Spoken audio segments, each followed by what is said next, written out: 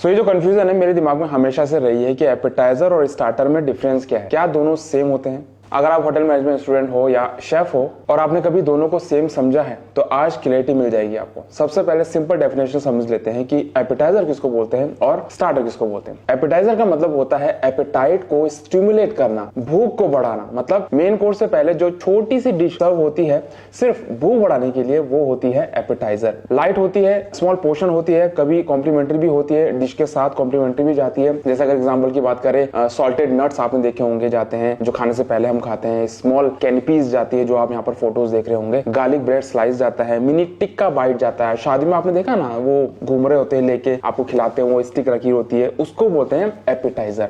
वो आपकी भूख बढ़ाते हैं। अब आते हैं स्टार्टर पर। स्टार्टर एक प्रॉपर कोर्स होता है, मतलब जो फुल कोर्स मेन्यू होता है जिसमें आपका स्टार्टर, मेन कोर्स और डेजर्ट होता है। ये कैजुअल स्नैक्स नहीं होता, ये मील का ऑफिशियली पहला कोर्स होता है। पोर्शन एपेटाइजर से थोड़ा सा बड़ा होता है, जैसे मैंने आपको बताया एपेटाइजर में छोटे छोटे पीस या कैनपीज टाइप का आपको दिया जाता है, बट स्टार्टर में एक ठीक ठाक पोर्शन आपको दिया जाता है। एग्जांपल के लिए अगर बात करें, cream of tomato soup, chicken tikka, fish finger, bruschetta plate, ये सारे के सारे जो है स्टार्टर में गिने जाते हैं। अब डिफरेंस समझ लो क्लियरली इन दोनों में है क्या। एपेटाइजर जो है भूख जगाने के लिए होता है, आपकी भूख को बढ़ाने के लिए, गेस्ट की भूख को बढ़ाने के लिए होता है। स्मॉल बाइट्स होते हैं, छोटे छोटे पीसेस में आपको दिए जाते हैं। कभी कॉम्प्लीमेंट्री भी दिया जाता है, साथ में आपके जो मेन कोर्स है उसके साथ भी दिया जाता है, स्टार्टर के साथ भी दिया जाता है। अगर स्टार्टर की बात करें तो ये मल्टी कोर्स मील का फर्स्ट ऑफिशियल कोर्स होता है जिसको हम स्टार्टर बोलते हैं। दूसरा, इसका स्ट्रक्चर्ड प्लेटिंग होता है, डिफाइंड पोर्शन होता है, एक प्रॉपर पोर्शनिंग दिया जाता है और फॉर्मल डाइनिंग कंसेप्ट में ये बहुत ज्यादा चलता है। जैसे आप फाइन डाइनिंग में देखोगे या रेस्टोरेंट्स में देखोगे तो स्टार्टर